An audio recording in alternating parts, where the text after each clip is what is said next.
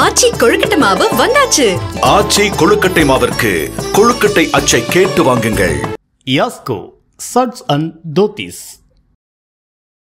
மின்னமிலம் நேயர்களுக்கு வணக்கம். நான் விஷால் பொலிவர். இன்றைய சிறப்பு நேர்காணலில் நம்மோடு இணைந்திருக்கிறார் மதுரையிலிருந்து ஊடகவியலாளரும் ஒப்பீனியன் தமிழ் ஆசிரியருமான மரியாதைக்குரிய யாசிர் அவர்கள்.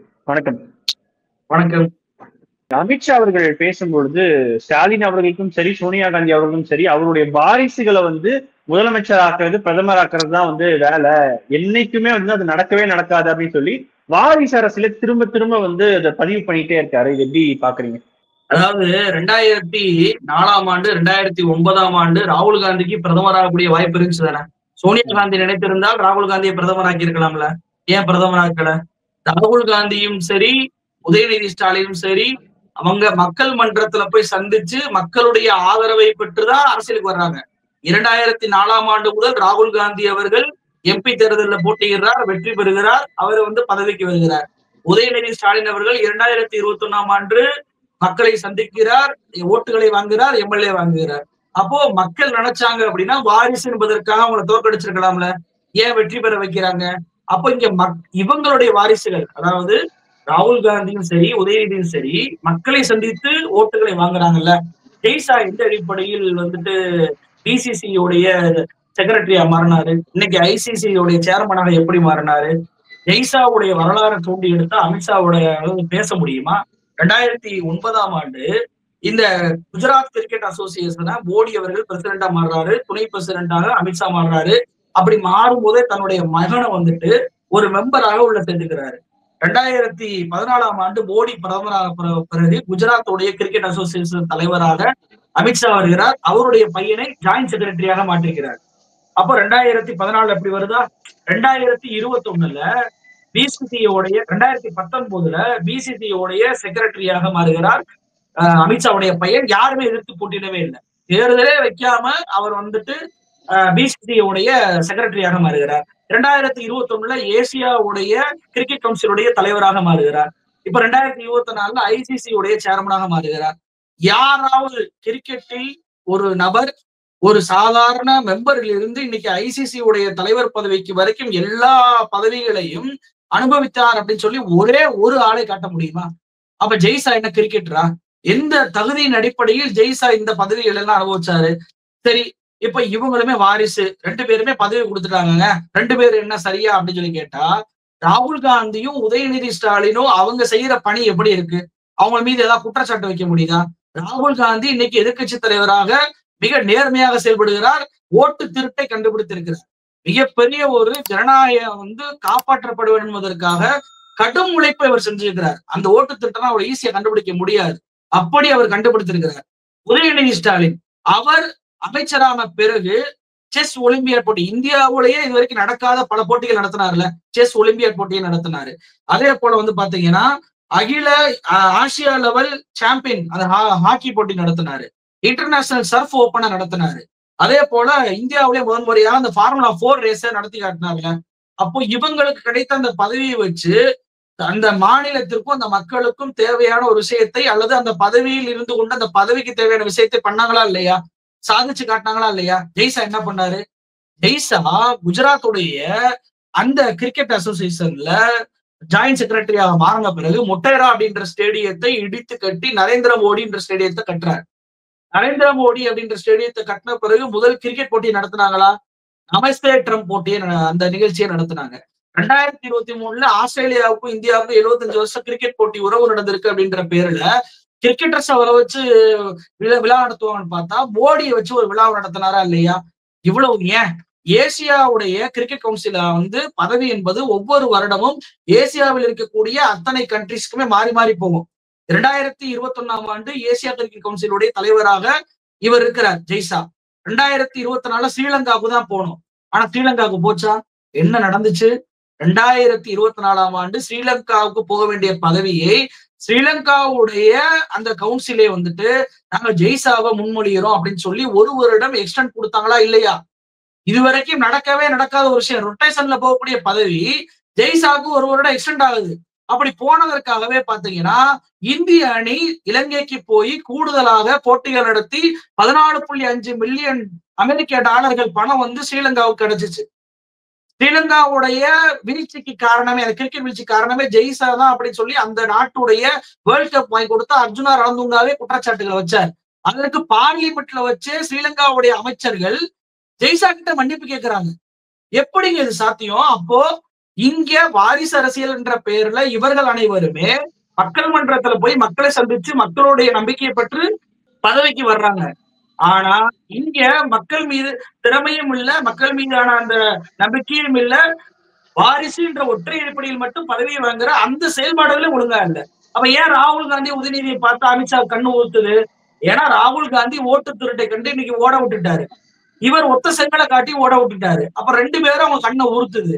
அதனால அவங்களை காட்டிக்கிட்டு ஒருபோதும் வர முடியாது அப்படின்ற பிரச்சாரத்தை அவர் பண்ணிட்டு இருக்கிறாரு. முதல்ல அமித்ஷா தன்னுடைய வீட்டு பையனை சரி பண்ணிட்டு அதுக்கப்புறம் சொல்லணும். இதை விட ஒண்ணு, மோடியுடைய 3.4 அமைச்சரவையில் இருக்கக்கூடிய 20 அமைச்சர்கள் வாரிசு தான்.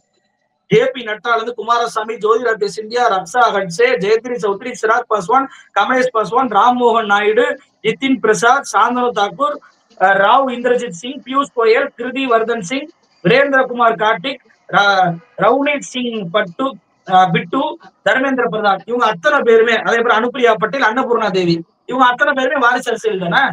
இவங்களை ஏன் பதவியில் வச்சிருக்கிறீங்க? விலக வச்சிட வேண்டியதானே? ஏன் அமைச்சர் வளர்க்குறீங்க? அப்போ இவர்களை எல்லாம் அமைச்சராக்குவது அவங்களுடைய தகப்பன்களுடைய தாய்மார்களுடைய வேலையா இருந்துச்சா? அதுதான் அவங்க நினைச்சாங்களா? அமித்ஷாவுடைய பொருள் வந்து அவங்களுக்கு பொருந்துதானே. ஓகே, அதே மாதிரி அமித்ஷா அவர்கள் நேற்று பேசின ஒரு முக்கியமான பாயிண்ட் வந்து, ஏற்கனவே வந்து தேசிய ஜனநாயக கூட்டணி குறிப்பா பாஜகவுக்கு வந்து 18% வாக்குகள் இருக்கு. அதன் பிறகு அதிமுகவுக்கு 21% வாக்குகள் இருக்கு. சோ இப்பவே வந்து 39% வாக்குகள் இருக்கும் பொழுது வெற்றின்றது வந்து ரொம்ப எளிதா இருக்கும் அப்படின்றத வந்து அங்க சொல்றாரு. இந்த ஒரு கால்குலேஷன் அப்படின்றது எந்த அளவுக்கு சரியானது? இது வந்து தமிழ்நாட்டு மக்களுக்கோ அல்ல ஆளக்கூடிய திமுக கட்சிக்கோ சொல்லல இந்த சதவீத கணக்கு. இந்த சதவீத கணக்கு இவர் யாருக்கு சொல்லியிருக்காரு அப்படின்னா அதிமுகவுடைய எடப்பாடி பழனிசாமிக்கு சொல்லியிருக்கிறார். இப்ப நீ 21% தான், நான் 18%. சீட்டுகளை பிரிச்சு எப்படி கொடுக்கணும்ன்றத இதுல இருந்தே கவனிச்சுக்கோ. உனக்கு இணையான ஈக்குவலா தான் நான் இருக்கிறேன், உன்னைய விட 3% தான் கம்மியா இருக்கிறேன் அப்படின்ற அந்த கண்ணோட்டத்தை அதிமுகவுக்கு தான் மெசேஜா கொடுக்குறாரு தவிர திமுகவுக்கோ தமிழ்நாட்டு மக்களுக்கோ அவர் கொடுக்கவே இல்லை.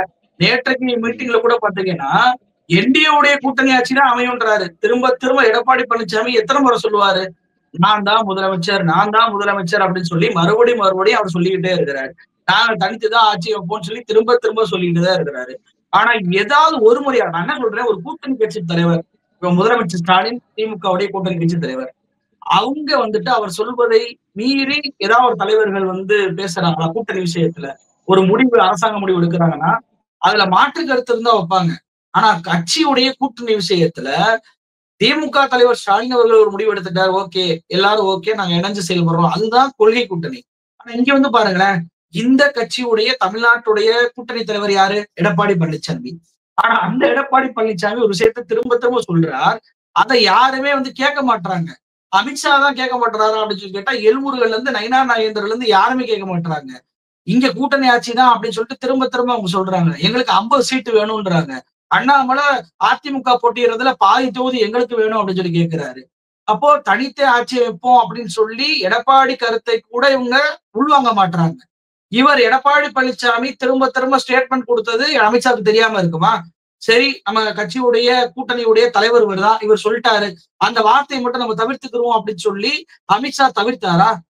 வரும்போது அத்தனை இடத்துலயுமே என்டிஏவுடைய கூட்டணி ஆட்சி தான் திரும்ப திரும்ப சொல்கிறார்.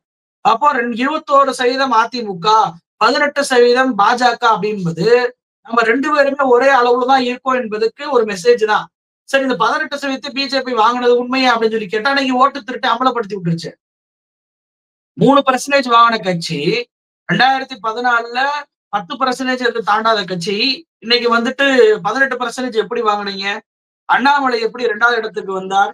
அப்போ இதற்கெல்லாம் நம்மளும் எப்படி ராகுல் காந்தியை போல ஆய்வு பண்ணி வெளியிட்டோமோ அதே மாதிரி கோயம்புத்தூர் தொகுதியை மட்டும் வச்சு ஆய்வு பண்ணி வெளியிட்டோம்னு வச்சுக்கோங்களேன், அண்ணாமலை அம்பலப்பட்டு போயிருவாரு. பிஜேபி 2வது எங்கெல்லாம் வந்துச்சோ அங்கெல்லாம் அம்பலப்பட்டு போயிருவாங்க. அப்போ 18% பிஜேபி அப்படின்றது அதுல கூட்டணி கட்சிகளுடைய வாக்குகளும் இருக்கிறது.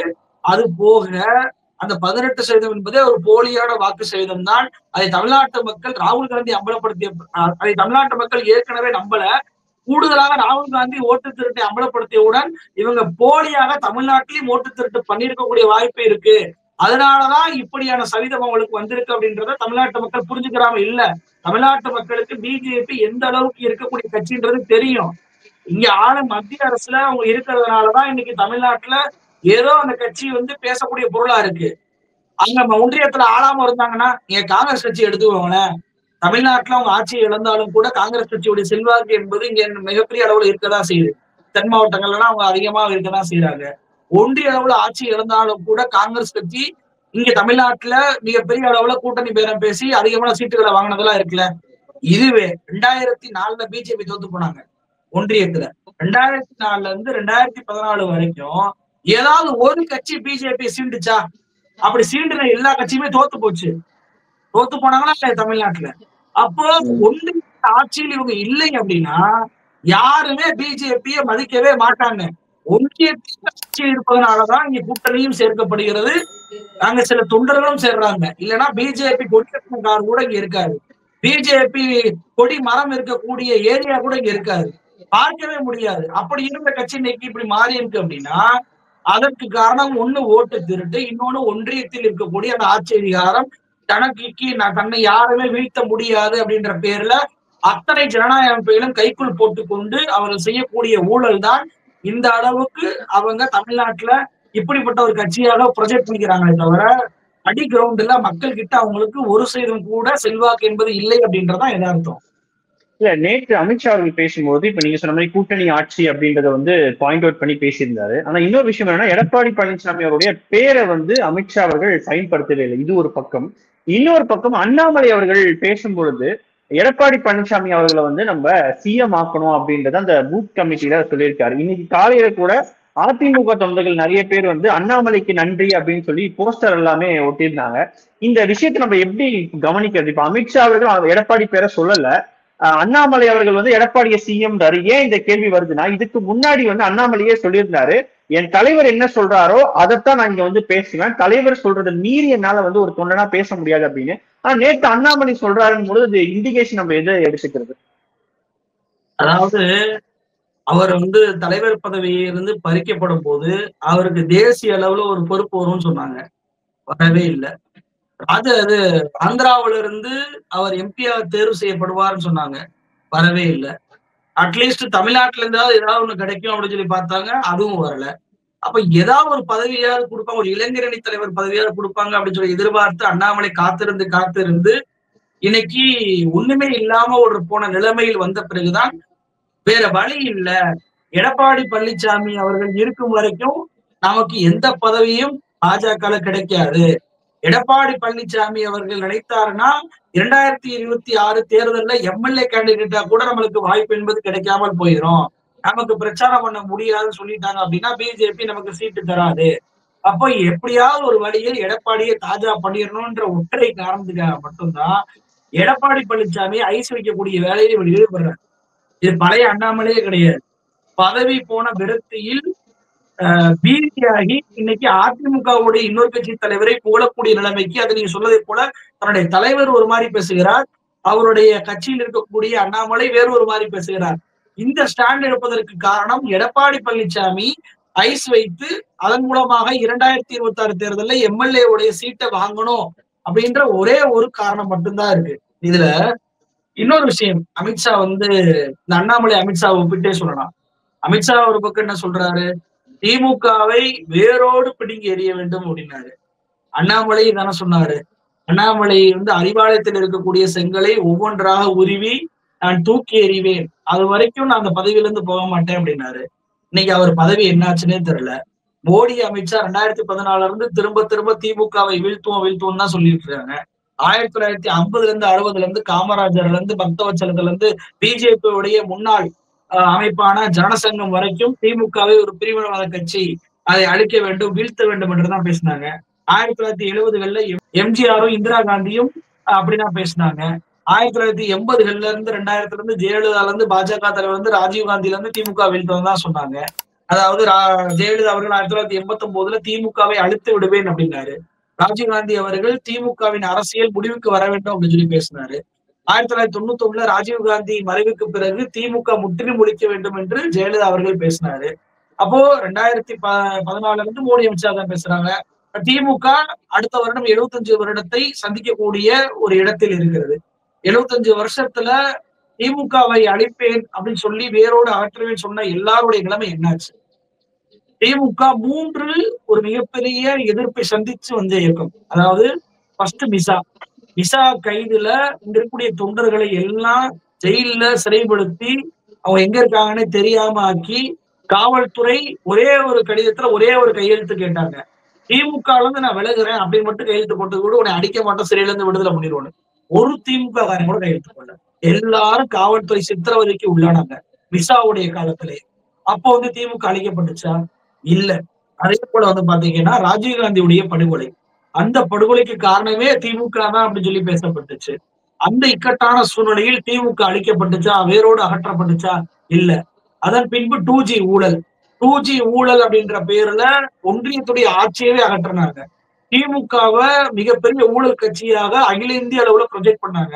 ஆனா அந்த ஊழல் இல்லை, நான் செஞ்சதுதான் சரி, பிஜேபி பண்ண பிரச்சாரம் பொய் அப்படின்றதை ராசா என்பவர் அம்பலப்படுத்தினாரா இல்லையா? அப்ப 2G ஊழல் என்ற பெயரிலும் திமுக வீழ்த்த முடியல. அப்ப இவ்வளவு ஆண்டு காலம், 75 ஆண்டு காலம் திமுகவை வீழ்த்துவேன் என்று சொன்ன யாருமே இங்க காணாமல் போயிட்டாங்க. திமுக அப்படியேதான் இருக்கிறது. அமித்ஷா வேரோடு அகற்றுவேன் என்று சொல்லியிருக்கிறார். அவருடைய நிலைமை என்ன ஆகும் அப்படின்றதையும் பொறுத்திருந்தா பார்க்கணும். இவர்கள் சொல்லக்கூடிய அத்தனை விஷயங்களுமே தமிழ்நாட்டுக்கு பொருந்தாத ஒரு விஷயங்கள், தமிழ்நாட்டு மக்களை புரிந்து கொள்ளாத ஒரு விஷயங்கள்.